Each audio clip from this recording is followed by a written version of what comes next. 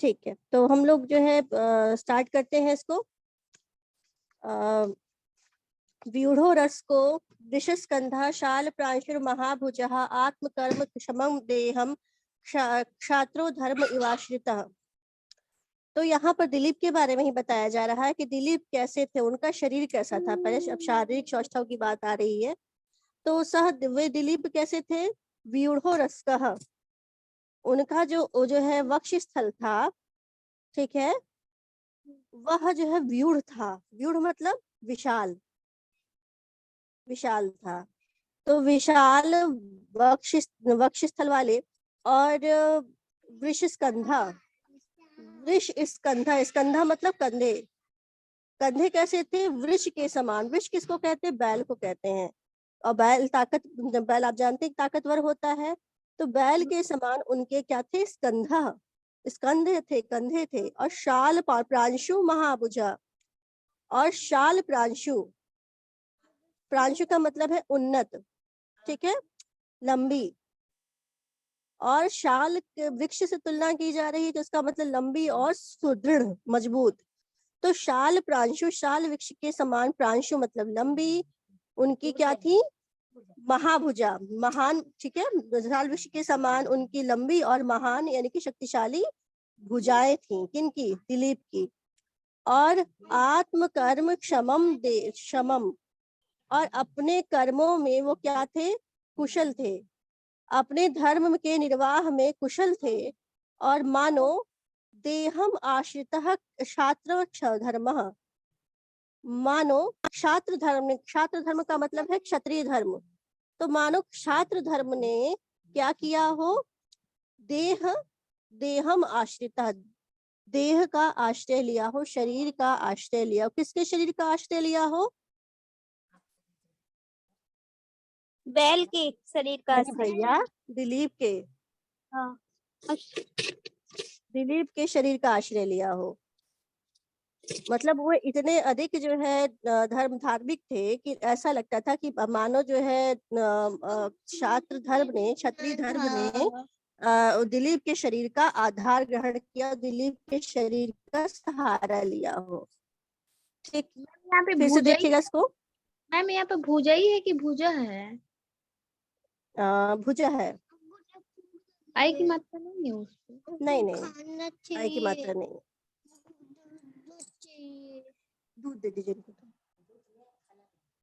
अभी दूध ही दे दीजिए। तो यह दिलीप जो है व्यूढ़ो रस का, व्यूढ़ उरुह, ठीक है। यहाँ पर जो है व्यूढ़ो रस का में कप प्रत्यय लगा हुआ है, ठीक है। तो व्यूढ़ उरस और कप प्रत्यय लगा करके व्यूढ़ो रस को बना हुआ है, ठीक। तो ये जो दिलीप थे ये व्यूढ़ उरु वाले थे, यानी कि व्यूढ़ उर वाले मतलब व्यूढ़ विशाल, उर मतलब वक्ष स्थल वाले, ठीक है। और वृक्ष स्कंधा अर्थात वृषभ के समान, बैल के समान इनके क्या थे? कंधे थे। और शाल प्रांशु, शाल वृक्ष के समान प्रांशु अर्थात लंबी। और महाभुजा, महान इनकी क्या थी? भुजाएं थी। और आत्म कर्म क्षमम, और अपने कर्म करने में, अपने कर्म को करने में क्षमम, क्षमम मतलब समर्थ थे। अपने कर्म का पालन करने में ये क्या थे? दिलीप समर्थ थे। और देहम क्षात्रो धर्म इवाश्रितः, मानो क्या हुआ है? धर्म ने, क्षात्र धर्म जो मानो क्षात्र धर्म ने देहम आश्रितम, देह का आश्रय लिया हो, शरीर का आश्रय लिया हो। किसके देह का? किसके शरीर का? दिलीप के शरीर का मानो आश्रय लिया है, ठीक है। अब यहाँ बताइए अलंकार कौन सा है? परीक्षा अलंकार है मैम। उत्प्रेक्षा अलंकार है ना, क्योंकि लास्ट में जो ये लाइन है, देहम क्षात्रो धर्म इवाश्रिता, मानो क्षात्र धर्म ने दिलीप के शरीर का आश्रय लिया हो, ठीक है। क्षात्र धर्म का मतलब क्षत्रिय धर्म है, तो आश्रय लिया हो दिलीप के शरीर का। तो यहाँ पर जो है उत्प्रेक्षा की गई है। तो यहाँ जिस श्लोक में अलंकार है वो प्रेक्षा अलंकार है, छंद तो आप जान ही रहे हैं अनुष्टुप है, और व्यूढ़ो रसको में मैंने आपको बता ही दिया कि कब प्रत्यय का प्रयोग हुआ है, और व्यूढ़ो रसको में सब रसको में जो समास है वो आपका बहुव्रीहि है, और इसका विग्रह है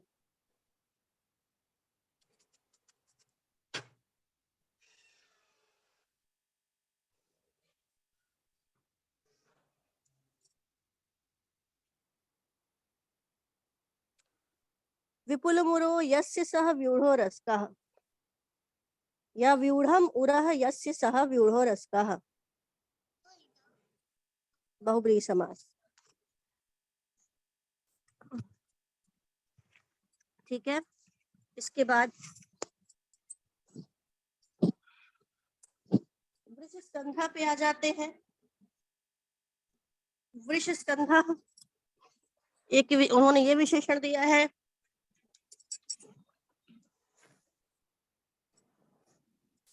तो इसका जो इसमें भी आप जान ही रहे कौन सा समास होगा, बहुब्रीहि समास है, क्योंकि ये सब दिलीप के विशेषण है।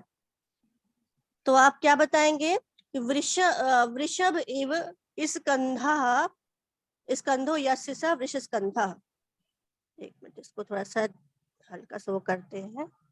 हाँ, आगे आपका यहाँ पर देखिए लिखा हुआ है वृषस्य स्कंधा इव स्कंधो यस्य स, वृष के स्कंद के समान जिसके कंधे थे, ठीक है, वह, अर्थात दिलीप। तो यहाँ पर बहुब्रीहि समास हो गया। ठीक है तनु? हाँ मैम।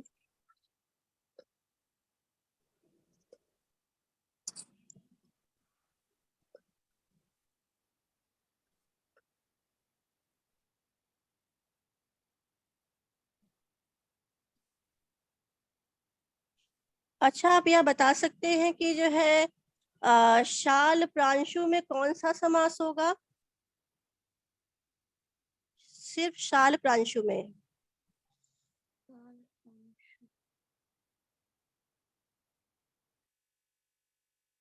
मैम इसमें भी बहुव्रीहि समास ही। ना ना ना ना, कर्मधारय ही होगा। कर्मधारय। कर्मधारय होगा। हाँ, हाँ, क्योंकि क्योंकि सूत्र से होगा उपमानानि सामान्य वचनैः, है ना? क्योंकि यहाँ पे शाल प्रांशु का मतलब क्या होगा, शाल शाल वृक्ष के समान, ठीक है, शाल वृक्ष के समान प्रांशु, जैसे कर्पूर के समान गौर यहाँ पे कर्मधारय होता है, उसी प्रकार से शाल वृक्ष के समान प्रांशु मतलब उन्नत। तो यहाँ पर जो है उपमा की गई है, ठीक है, इसीलिए यहाँ पर जो है क्या होगा, विग्रह क्या है इसका? मैम विग्रह इसका क्या है? देखो विग्रह दिया हुआ है बेटा, नीचे ही दिया हुआ है, देख लो।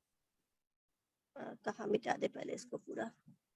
सालो वृक्षो शालो वृक्ष एव प्रांशु उन्नतः शाल प्रांश, शाल प्रांशु, है ना?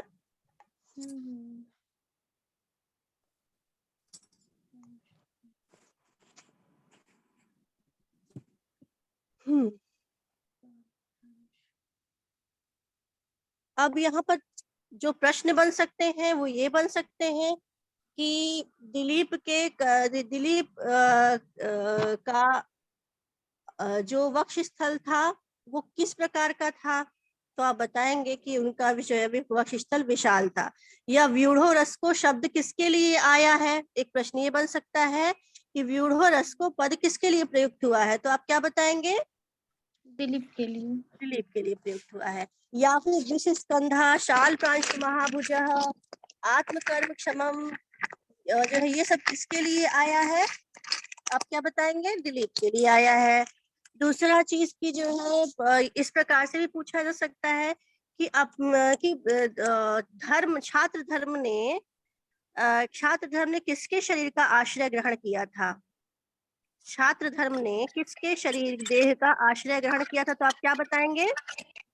राजा दिलीप के। हाँ, राजा दिलीप के शरीर का आश्रय ग्रहण किया था।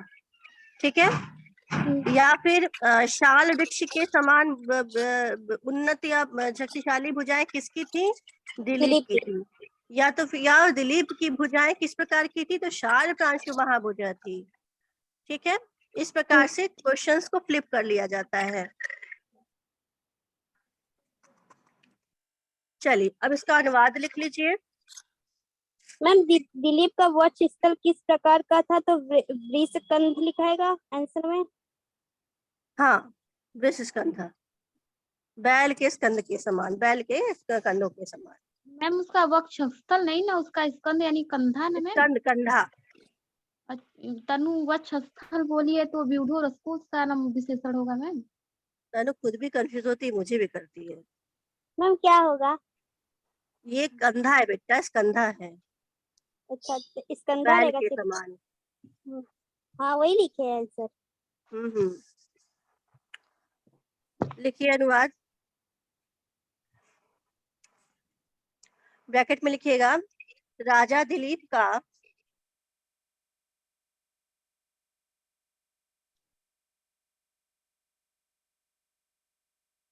वक्ष स्थल विशाल था, विशाल था,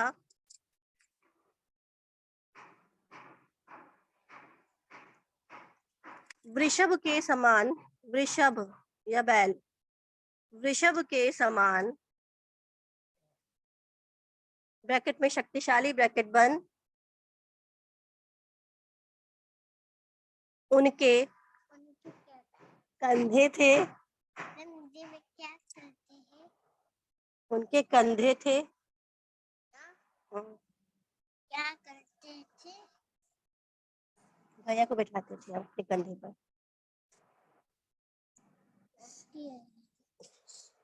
शाल वृक्ष के समान, शाल वृक्ष के समान,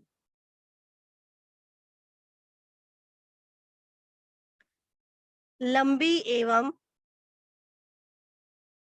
सुदृढ़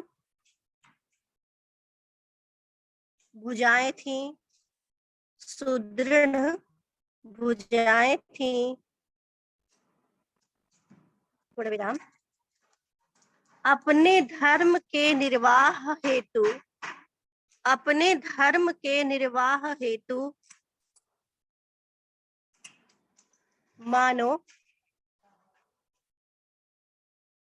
क्षात्र धर्म ने, क्षात्र धर्म ने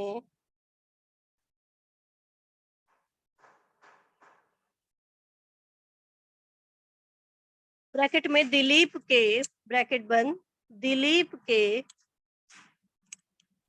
शरीर का आश्रय लिया हो, दिलीप के शरीर का आश्रय लिया हो।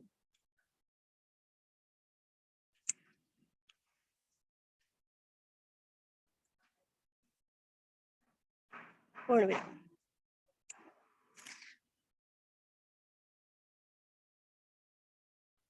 आगे बढ़ते हैं।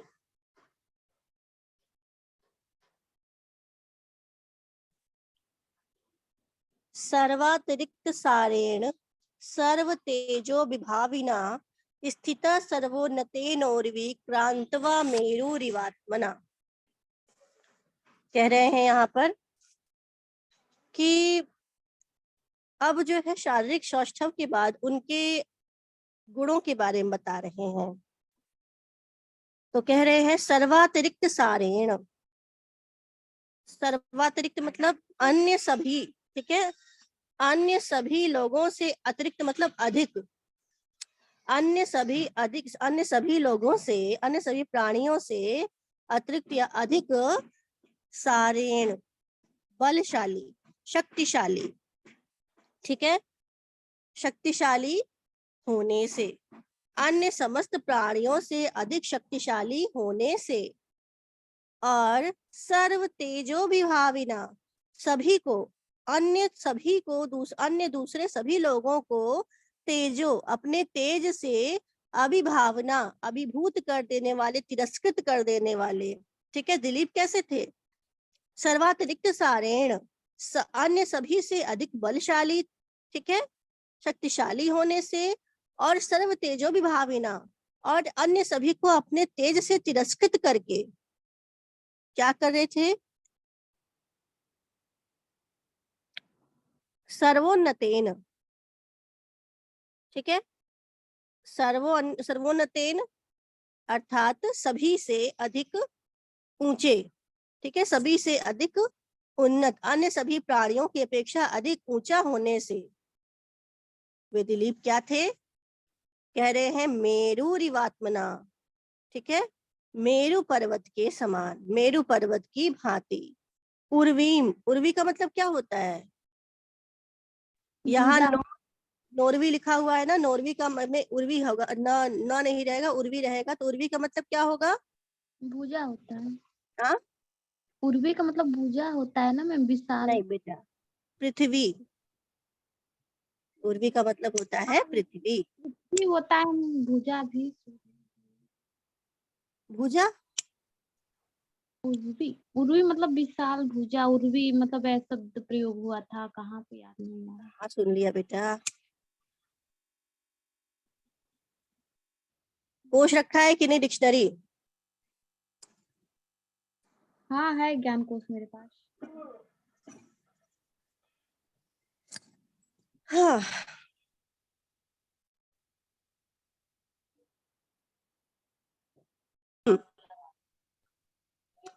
तो वह जो दिलीप थे वो जो है सुमेरु पर्वत की भांति क्या करते, पृथ्वी को घेर करके, क्रांतवा मतलब घेर करके, पृथ्वी को क्रांतवा, उर्वीम क्रांतवा, पृथ्वी को घेर करके स्थित थे। फिर से देखिए, सर्वातिरिक्त सारेण, सभी से अधिक बलशाली होने से, ठीक है, राजा दिलीप अन्य समस्त प्राणियों से अधिक बलशाली होने से, और सर्वतेजो विभाविना, अन्य सभी को अपने तेज से तिरस्कृत करके, और सर्वोन्नतेन, और सभी से अधिक उन्नत, ऊंचे, अन्य सभी से अधिक ऊंचे, और मेरु पर्वत के समान, उर्वीम क्रांतवा, पृथ्वी को घेर करके स्थित थे। ठीक है, कोई कंफ्यूजन है, किसी को कुछ पूछना है। मैम मेरू पर्वत मतलब सुमेरु पर्वत ही ना। सुमेरु पर्वत, हाँ क्रांतवा मतलब घेर कर। हाँ, क्रांतवा मैंने घेर करके। मैम अभिभाविना का मतलब समझ नहीं है, उसका मतलब अर्थ नहीं अभिभावना का मतलब है तिरस्कृत करके, अभिभूत करके, अपने तेज से बाकी जितने भी तेजोमय पदार्थ हैं उन सभी को तिरस्कृत करके।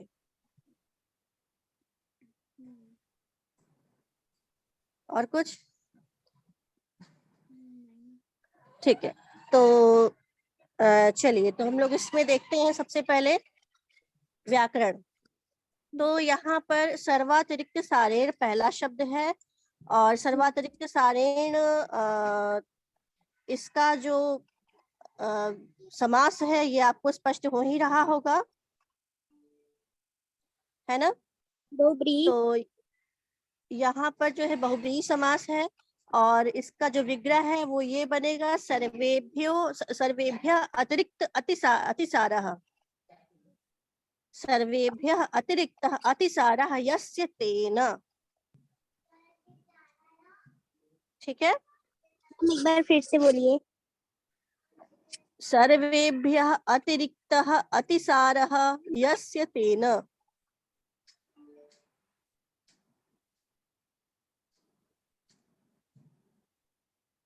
लिख लिया। बहुब्रीहि समास है। अलंकार, अलंकार जो है बता दीजिए।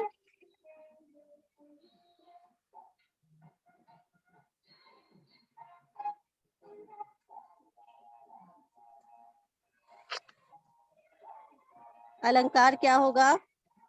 मैम उपमा होगा कि उत्प्रेक्षा होगा, कंफ्यूजन हमको लग रहा है।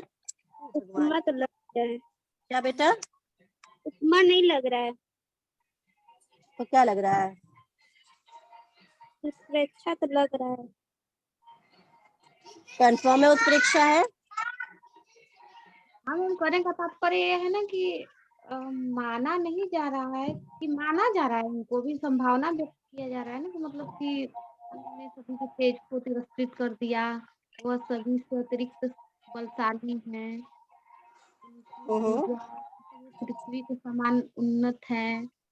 मतलब घेर कर उन्होंने जो है कि मेरू पर्वत को जो है कि घेर कर। यहाँ पे जो है, जो आपकी उत्प्रेक्षा है वो इसमें है, ठीक है। मेरुरिव पद में उत्प्रेक्षा अलंकार का प्रयोग किया गया है, ठीक है, इसलिए इस श्लोक में उत्प्रेक्षा अलंकार है, ठीक। और अब प्रश्न जो है आप समझ ही सकते हैं कि क्या क्या बन सकता है। वो ये बन सकता है कि समस्त प्राणियों से अधिक शक्तिशाली कौन थे? दिलीप थे। अपने तेज से वाक्यों को तिरस्कृत करने वाले कौन थे? दिलीप थे। और वे कौन थे जिन्होंने जो है सुमेरु पर्वत के समान जो है क्या किया था? खुद को जो है सभी प्राणियों में श्रेष्ठ सिद्ध किया था, सुमेरु पर्वत के समान स्थिर किया था खुद को, तो दिलीप थे, ठीक है। ये सारी चीजों को जब इस श्लोक का अनुवाद आप अच्छे से पढ़ लेंगे तो खुद ही चीजें आप अपना मल्टीपल अप कर लेंगे, बहुविकल्पी आराम से कर ले जाएंगे। इसको लिखवाना है ना? हाँ मैम। चलिए लिखिए।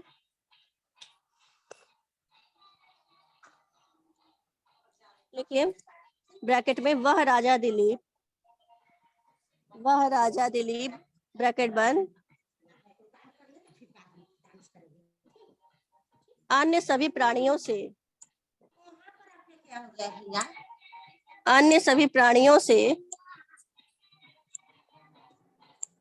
अधिक शक्तिशाली होने से कमा अन्य सभी को अपने तेज से तिरस्कृत करके एवं अन्य प्राणियों की अपेक्षा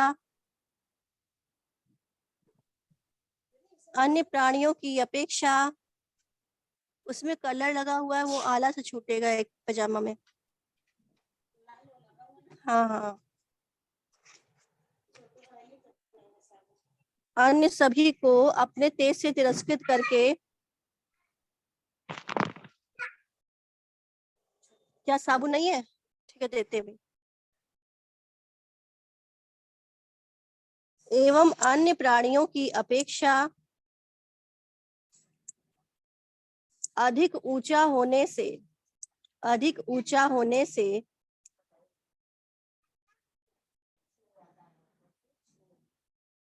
वह सुमेरु पर्वत की भांति पृथ्वी को घेर कर स्थित था।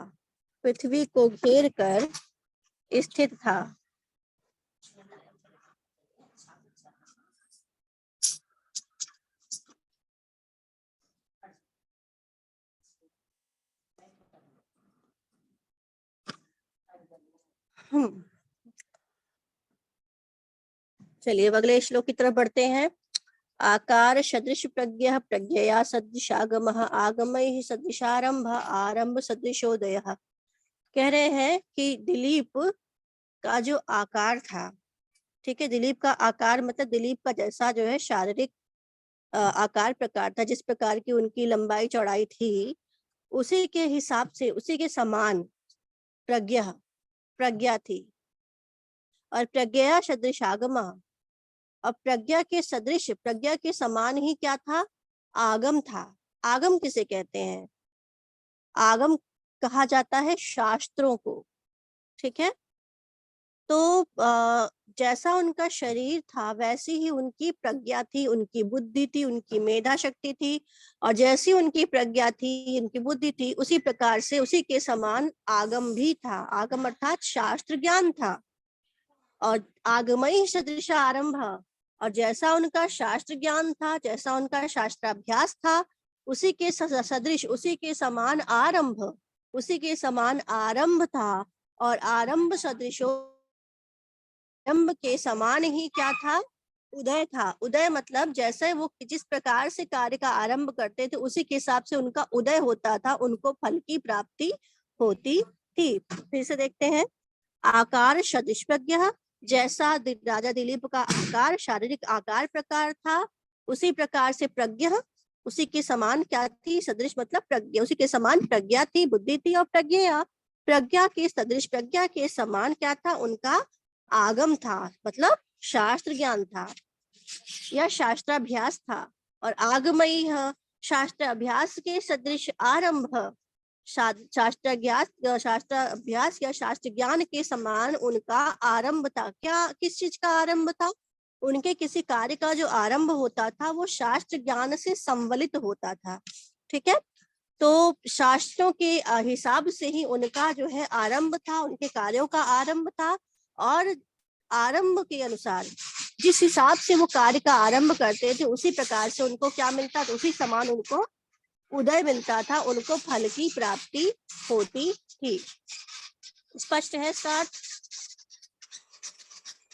हाँ मैम। मैम एक बार और बता दीजिए। ठीक है, बताते हैं। आकार सदृश प्रज्ञा, हम लोग दिलीप की चर्चा कर रहे हैं, तो दिलीप का यद्यपि यहाँ पे नाम कहीं नहीं आ रहा है, लेकिन जब हम अनुवाद लिखेंगे या किसी को बताएंगे तो हम यही कहेंगे कि उस राजा दिलीप के आकार के समान प्रज्ञा थी, बुद्धि थी, और प्रज्ञा सदृश आगम, प्रज्ञा के समान आगम था, मतलब शास्त्राभ्यास या शास्त्र ज्ञान था। और आगमय सदृश आरंभ, आगम के सदृश क्या था, आरंभ था। और आरंभ सदृशोदय, आरंभ के सदृश या आरंभ के समान उनका उदय था, मतलब कि जिस हिसाब से वो शास्त्र ज्ञान के साथ जो कार्य का आरंभ करते थे, तो जाहिर सी बात है कि उनकी फल प्राप्ति भी उसी हिसाब से होगी। तो वही कह रहे हैं कि आरंभ के समान ही क्या था, उनका उदय, अर्थात उनकी फल प्राप्ति हुआ करती थी। स्पष्ट है? हाँ। अब यहाँ बताइए कौन सा अलंकार है?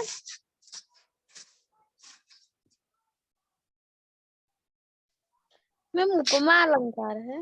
उपमा अलंकार कौन सी उपमा है? मैम आरती उपमा। आरती उपमा मैम माला रूप, माला उपमा कि एक में एक ठीक है, हाँ मैम। एक दिलीप उपमेय है, एक दिलीप उपमेय है, उसमें कई प्रकार के जो है उसमें उपमान उपमेय गुथ दिए गए हैं, तो मालोपमा है। ठीक है, अनुष्ठित छंद है, आपको पता है।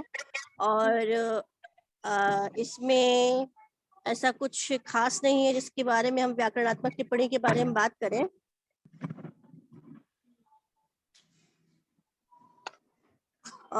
इसमें वही प्रश्न बन सकता है बस इस प्रकार से कि राजा दिलीप की के आकार के समान क्या थी, तो आप क्या बताएंगे?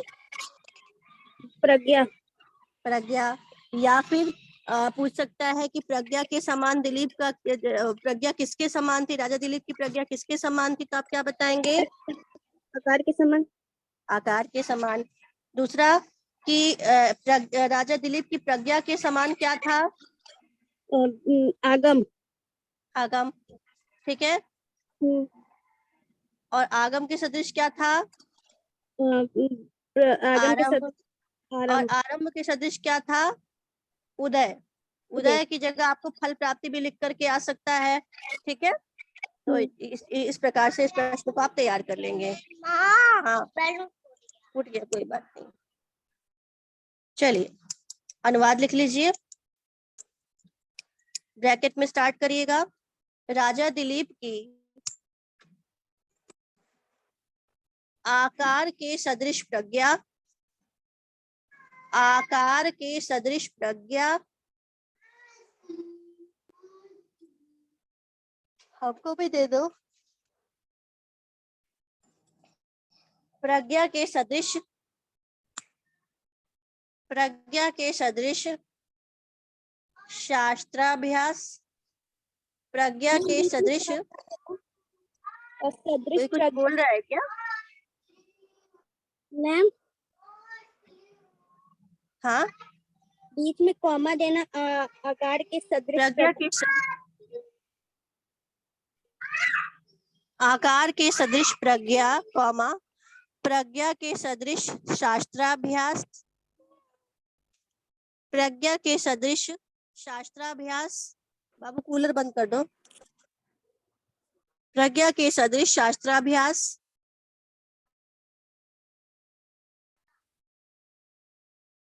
शास्त्र के अनुरूप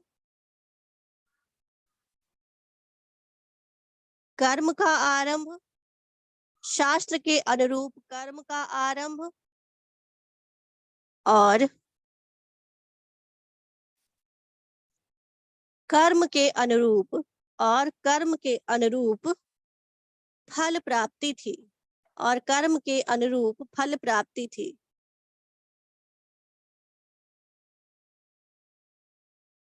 पूर्ण विराम।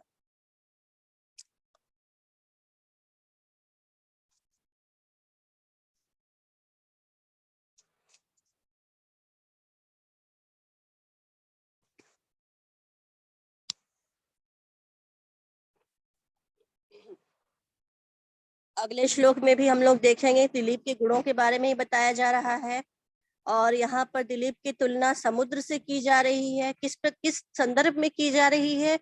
वो संदर्भ ये है कि जैसे कि समुद्र में दो प्रकार की चीजें होती हैं। एक तो जो है बहुत सारे रत्नों का खान है समुद्र, इसीलिए समुद्र को रत्नाकर कहा जाता है, क्योंकि बहुत सारे रत्न जो है समुद्र में पाए जाते हैं। और साथ ही साथ समुद्र में भयंकर जो है जलीय जंतु भी पाए जाते हैं। शार्क हो गया, केकड़ा हो गई, ये सभी जो है समुद्र में पाए जाते हैं। और भी भयंकर जीव जंतु हैं जो समुद्र में पाए जाते हैं। तो ये समुद्र जो है डरावना भी है, भयानक भी है, और ये समुद्र जो है सेवन करने योग्य भी है। समुद्र के भीतर लोग जाना चाहते हैं। इस समुद्र के अंदर क्यों जाना चाहते हैं? रत्नों के लिए जाना चाहते हैं। ठीक है, तो उसी प्रकार से यह जो दिलीप थे ये समुद्र के समान ही भयंकर भी थे लोगों के लिए, और जो है सेवन करने योग्य भी थे अपने गुणों के कारण।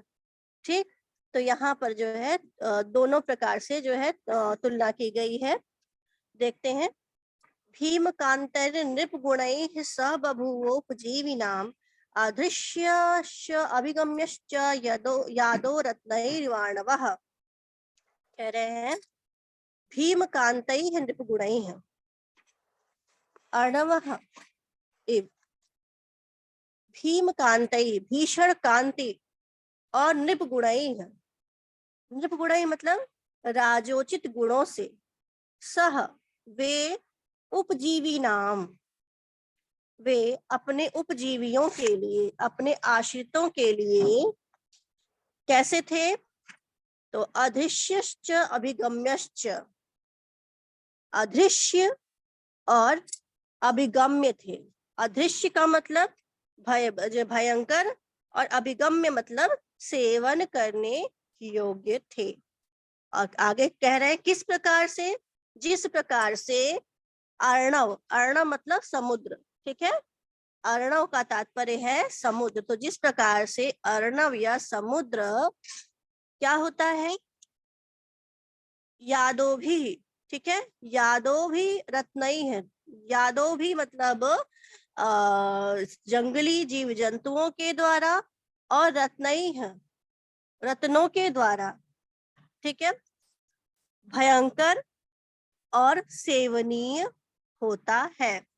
ठीक है, उसमें भयंकर जीव जंतु रहते हैं, तो इसीलिए जो है वो भयंकर प्रतीत होता है, लेकिन रत्नों का भंडार है तो इसीलिए वो क्या है? वो सेवनीय है। ठीक है, वहां जाने के लिए मनुष्य लालायित रहता है। ठीक, तो यहाँ पर यही बात कही जा रही है कि दिलीप भी बिल्कुल वैसे ही थे। फिर से देखिएगा, भीम कांतैर निपगुणैः, भीष्म कांति वाले, भीषण कांति वाले, और नृप गुणैः राजोचित गुणों से। ठीक है, और वो भी भयंकर किसके लिए थे? दुष्टों के लिए तो भयंकर थे, और अपने अच्छे गुणों से वो सज्जनों के लिए सेवनीय थे, प्रिय थे। तो इसलिए यहाँ पर दोनों प्रकार से उनके बारे में बात हो रही है कि भीम कांतैः, भीषण कांति से अपने, और नृप गुणैः राजोचित गुणों से, स वह राजा दिलीप बभूव हुए, क्या हुए? उपजीवी नाम, उपजीवियों के लिए, आश्रितों के लिए, अदृश्य अभिगमश्च, अदृश्य अर्थात भयंकर और अभिगम्य, सेवन करने योग्य बभूव हुए। ठीक, किस प्रकार से? जिस प्रकार से अर्णव, समुद्र, यादो यानी कि भीषण जंगली जंगली कह रहे हैं, जलीय जीव जंतुओं से, और रत्नई रत्नों से, ठीक है, रत्नों का भंडार होने से अदृश्य होता है, यानी कि भयंकर होता है, और अभिगम्य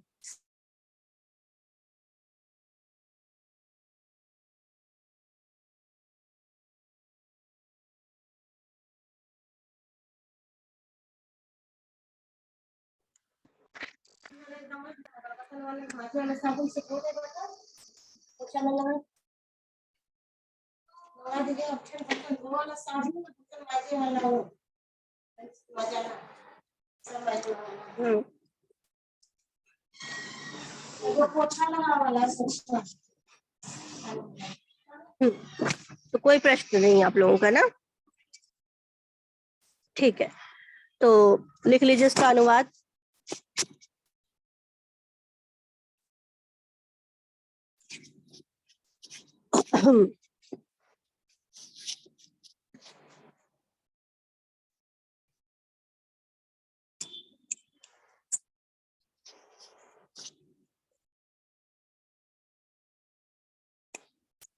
जिस प्रकार समुद्र भयंकर जल जीवों के द्वारा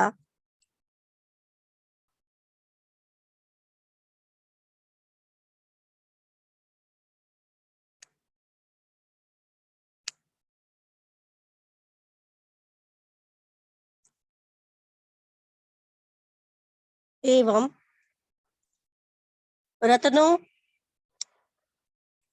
रत्नों का भंडार होने से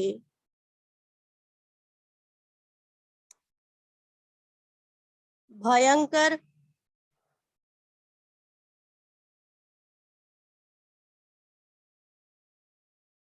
परंतु सेवनीय होता है, उसी प्रकार ये राजा दिलीप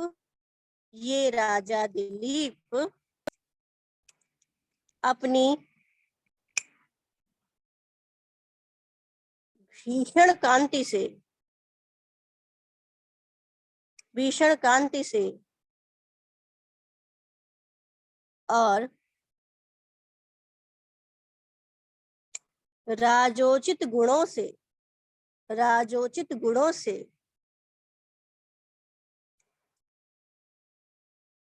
आश्रित जनों के लिए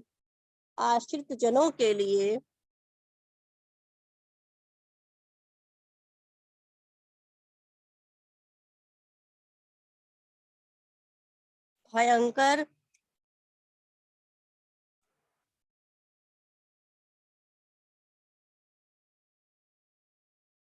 परंतु सेवनीय थे।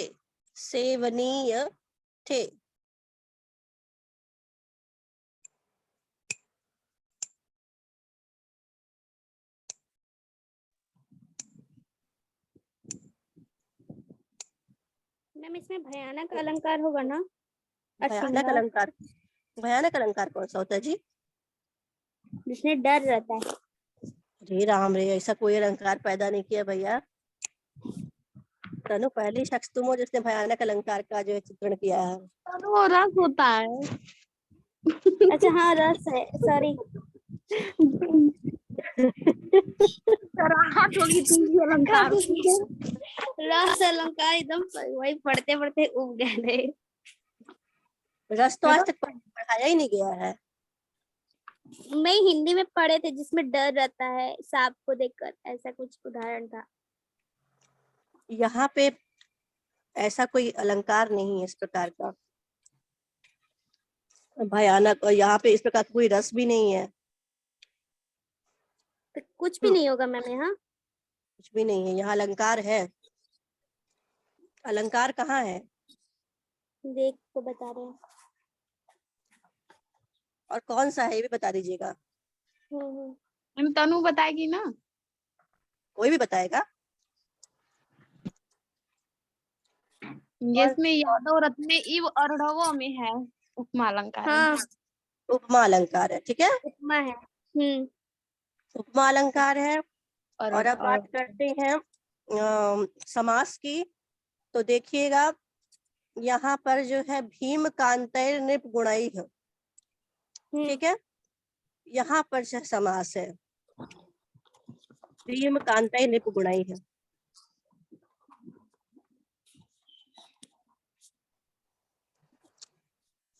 और उसका विग्रह भी दिया हुआ है इसी में, भीमैश्च कांतैश्च नृप गुणैः नृपस्य गुणैः इति भीम कांतैर नृप गुणैः।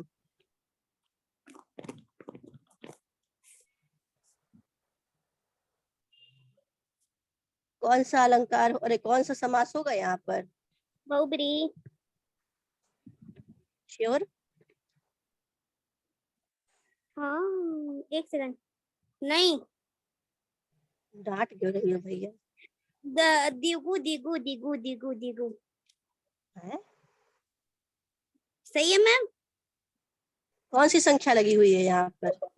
द्विगु तनु संख्यावाची होता है ना। सॉरी, द्वंद है, कंफ्यूज हो गए मैम, कंफ्यूज कर दें। नहीं बताइए। नहीं, मेरा पक्का द्वंद रहेगा, अब किसी और से पूछ लीजिए। तो कोई और बता दीजिए। मैम हम बता रहे हैं ना, तनु ना इसका विग्रह देख कर कह रही है नहीं नहीं, नृप गुणैः। चुप हाँ, रहा तनु। देखो ही बता रहे हैं मैम, बताइए ना किसका सही है। लेकिन इसका अर्थ तो बताइए। भीम कांतैर नृप गुणैः, भीमैः च कांतैः च नृपस्य गुणैः। मैम यहाँ पे कर्मधारय समास होगा, क्योंकि भीषण कांति से मतलब उसकी विशेषता बताई जा रही है ना मैम। भीषण कांति से वह योचित वह राजा। मैम बहुब्रीहि नहीं होगा, मैम बहुब्रीहि नहीं होगा। क्या नहीं होगा? बहुब्रीहि नहीं होगा। नहीं, बहुब्रीहि तो है ही नहीं। होता तो हम पहले ही कह दिए होते कि बहुब्रीहि ही है। नहीं, बहुब्रीहि नहीं है। बहुब्रीहि नहीं है। चलिए मैम आंसर तो बताइए किसका सही है। काहे बताते हैं आंसर किसका सही है? बता दीजिए ना, ऐसे कंफ्यूजन रहेगा ना कि दो ठोक है ना। नहीं मैम, इसमें तो कर्मधारय लग ही रहा है, क्योंकि इसमें विशेषता बताई जा रही है। मतलब विशेषण विशेष भाव लग रहा है, विशेष से उस राजा और उसकी जो भीषण कांति वगैरह है, तो भीम कांतैर नृप गुणैः। आपको जब अलंकार नहीं समझ में आता है तो अरे अलंकार कह रहे, आपको जब समास नहीं समझ में आता तो उसको हिंदी में समझने की कोशिश किया करिए, ठीक है? समझ में आई बात? तो यहाँ पर जो है मैम कर्मधारय है ना। कर्मधारय है, ठीक। चलिए आगे बढ़ते हैं। रेखा मात्रमपि, रेखा मात्रमपि क्षुण्णादा मनोवर्त्मनः परम न व्यतीयुः प्रजास्तस्य नियंतुर नेमिवृत्तयः। कह रहे हैं नियंतु नेमिवृत्तयः, ठीक। नियंतु नियंता, नेमिवृत्तयः, ठीक है। नेमि अर्थात जो है, नेमिवृत्तयः मतलब रथ के पहिए, ठीक है, पहियों की नेमी। पूनम मौर्य, ये 5 मिनट पहले लोग क्यों जुड़ने लगते हैं? तो जो कुशल सारथी होता है, नियंता जो होता है कुशल सारथी होता है, कुशल सारथी द्वारा संचालित नेमिवृत्तयः रथ के वृत्ति के समान, रथ के पहिए के समान, तस्य प्रजाः, ठीक है। तस्य प्रजाः किसकी प्रजा? किसकी प्रजा? कहाँ गया? राजा की प्रजा, राजा दिलीप उस राजा दिलीप की प्रजा, ठीक है। राजा दिलीप की प्रजा आमनोह, आमनोह का मतलब है मनु के काल से लेकर के अब तक, ठीक है। आ का मतलब है तब से लेकर के, जैसे कि हम लोग कहते हैं ना आजन्म, ठीक है। तो यहाँ इसी प्रकार का आ का प्रयोग हुआ है आमनोह में। तो आमनोह अर्थात मनु के काल से लेकर के अब तक कह रहे हैं शूरनाद। शूरनाद का मतलब है अभ्यस्त होने से, इतनी ज्यादा प्रैक्टिस हो चुकी है उनको, अभ्यस्त होने से क्या करते हैं, वर्तमनः रेखा मात्रम न व्यतीयुः, रेखा मात्र भी, लेश मात्र भी, थोड़ा सा भी, वर्तमनः, वर्तमनः का मतलब है मार्ग, अपने मार्ग से न व्यतीयुः, क्या नहीं होते, च्युत नहीं होते, अपने मार्ग से भ्रष्ट नहीं होते, अपने मार्ग से हटते नहीं हैं, ठीक है।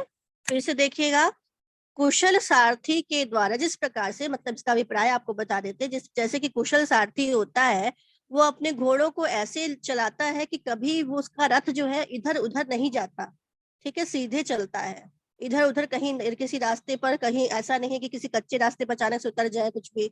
वो इतने अच्छे से संचालन करता है रथ का कि कभी घोड़े इधर उधर नहीं होते, रथ इधर उधर नहीं होता, रथ का पहिया इधर उधर कहीं नहीं जाता है।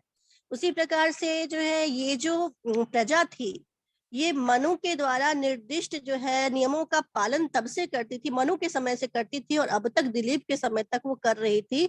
और उस मार्ग से, जो मनु का के द्वारा निर्दिष्ट मार्ग था, उससे थोड़ा सा भी इधर उधर प्रजा नहीं होती थी, यही बात यहाँ पर कही जा रही है। फिर से देखिएगा,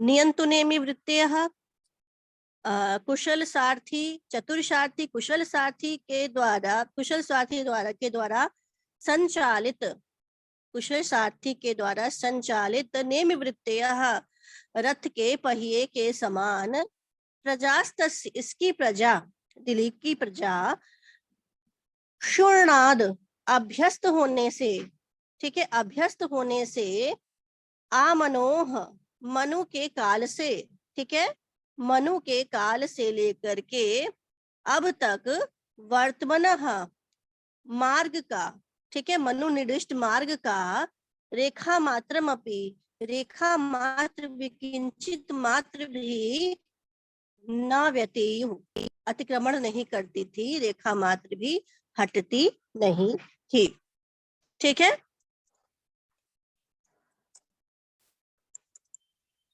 चलिए, तो अब यहाँ पर हम लोग सबसे पहले जो है देख लेते हैं, मैम नियंतुम बता दीजिए। नियंतु मतलब नियंता, नियंतु, नियंतुम नहीं है, नियंतु। अच्छा, हाँ, अगर तुम लगा देंगे तब तो वो जो है अलग चीज हो जाएगी, नियंतु तो हो है। जाएगा नियंत्रण करने के लिए। यहाँ नियंतु है, नियंतु मतलब नियंता, नियंत्रण करने वाला, यानी कि सारथी, ठीक है। नेमी मतलब रथ होता है ना मैम, कि रथ का पहिया होता है ना नेमी मतलब। रथ का पहिया, कहाँ थे, हाँ। अब यहाँ पर अलंकार बताइए कौन सा है।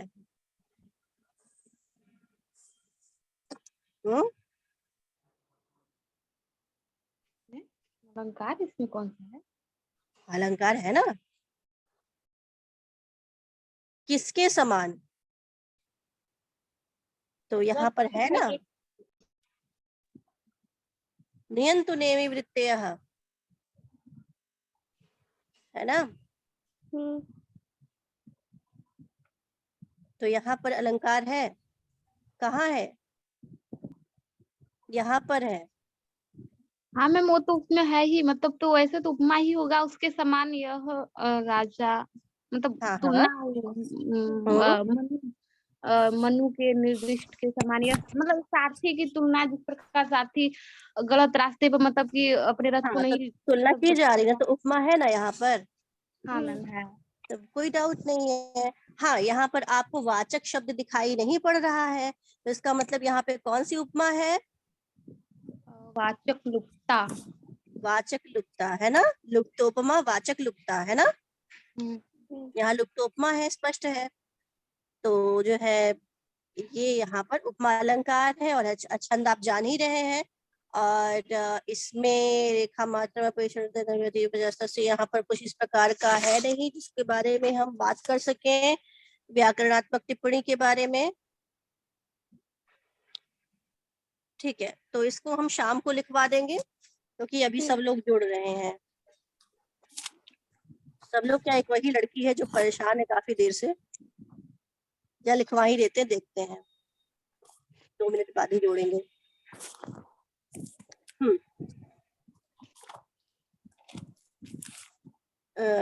लिखिएगा, कुशल सारथी द्वारा संचालित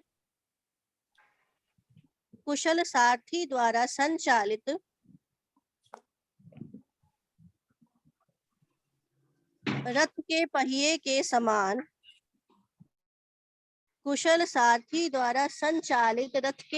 के समान इसकी प्रजा मनु के काल से अब तक अभ्यस्त होने से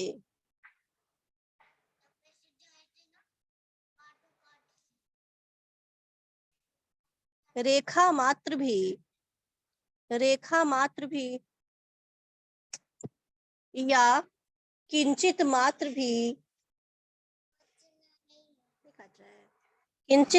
भी अपने मार्ग से नहीं हटती थी, अर्थात नियमों का उल्लंघन नहीं करती थी। पूर्ण विराम। ठीक है, हम जोड़ रहे हैं बाकी लोगों को।